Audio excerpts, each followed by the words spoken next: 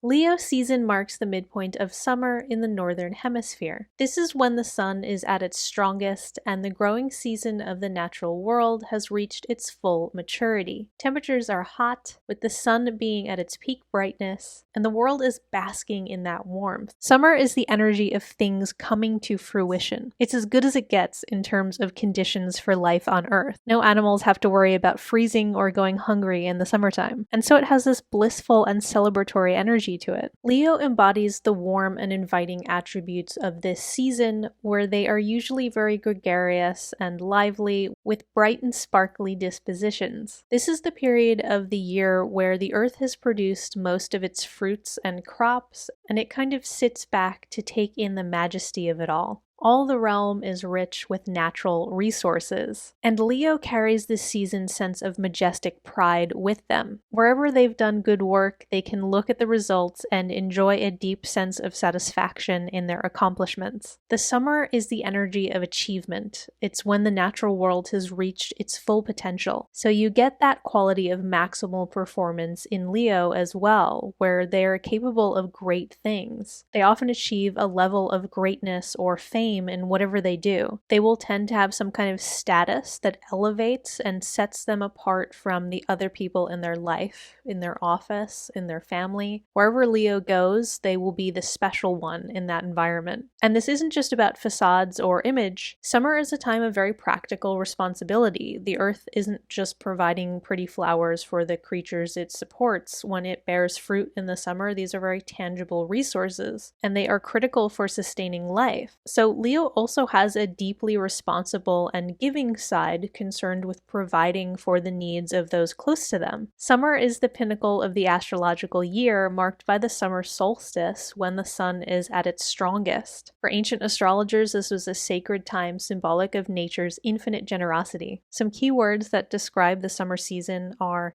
realization, actualization, fruition, maturation, celebration, reveling, acquiring, fulfilling, nurturing, and providing. Leo season is a time of warmth. This period of the year is characterized by its life-sustaining qualities, as the flora's yield is ripe and the fauna is able to raise their young on the plentiful nutrition available. Leo is also ruled by the warm and dependable sun, so this sign is deeply connected to solar imagery and symbology. What the sun represents is also what Leo represents. It's a central beacon of brilliant light and energy that literally makes the world go round, and Leo evokes that gravity and sense of importance where they are larger than life personalities that have a gravitational pull which people tend to revolve around. If you'd like to learn more about Leo's connection with the sun, you can check out my other video titled Leo and the Sun, Your Planetary Ruler, which is linked in the description. The sun also brings forth a playful energy. Summer is the time of year when people tend to go on vacations and things are a little more relaxed and carefree. So Leo has a fun-loving side as well. They're pretty steady and responsible, but they also know how to relax and have a good time. They have the best of both worlds. Summer is a season of fulfillment. This natural seasonal symbology contributes to that iconic, ambitious leadership energy which characterizes the zodiac sign Leo. This sign is motivated to achieve greatness and true self-actualization, where an individual's fullest potential is realized. Summer represents adulthood. Leo season can be symbolized in terms of the human life cycle as the period of adulthood when a person is in their early 30s. If you think about people at this age, it's the energy of like, you've made it. You've ascended to a level of maturity where you have complete control over your own life. You know who you are, and you have supreme confidence in your own sense of identity. This is when we have fully taken responsibility for ourselves and our own decisions, and our parents are no longer in charge. We are the king or queen of our own life. This is part of where Leo gets their distinguished poise and bearing from. They have that dignified, regal, authoritative air about them, and it is in some measure derived from the energy of this season, which imparts that factor of maturity. For many people, this time of life also includes being married or raising children and taking responsibility for the welfare of others. So this reiterates Leo's sense of responsibility as well as their very warm and giving energy. Ultimately, this all leads to a profound sense sense of nobility and generosity in this sign. Thank you so much for listening, Leo. Leave a like if you enjoyed this, comment if you have any questions, share this with your friends or other Leos in your life, and please subscribe. I would be so happy to have you with me. One last thing I'll mention is that this is based on traditional Hellenistic astrology, developed over 2,000 years ago by the ancient Greeks and Romans, with significant contributions from the Egyptians, Babylonians, Persians, and various other cultures in the surrounding areas of North Africa, South Asia, and the Arabian Peninsula. Since all of these places are situated above the equator, the seasonal associations with zodiac signs are from a northern hemisphere perspective. So a common question is, if I was born a Leo in the southern hemisphere, does that mean I should pay more attention to the seasonal symbology of winter since the seasons are opposite? The short answer is no. The original meanings apply to everyone, regardless of where on the planet you were born. The long answer is a little bit more interesting. If you are seeking a deeper understanding of your sign, then it's important to know that astrology is a vastly complex symbolic language which employs the natural principle of duality. In this context, that means summer and winter are two sides of the same coin, and I would absolutely encourage everyone to explore a little bit about the sign which is 180 degrees opposite to your own in the zodiacal wheel. In a way, this can be like holding up a sort of mirror or a negative of a photograph, an inverted image of yourself. By understanding our opposite, we can often gain a deeper understanding of our own soul. Leo is opposite to the sign Aquarius, and I will leave a link to the Aquarius seasonal video in the description below if you want to check that out.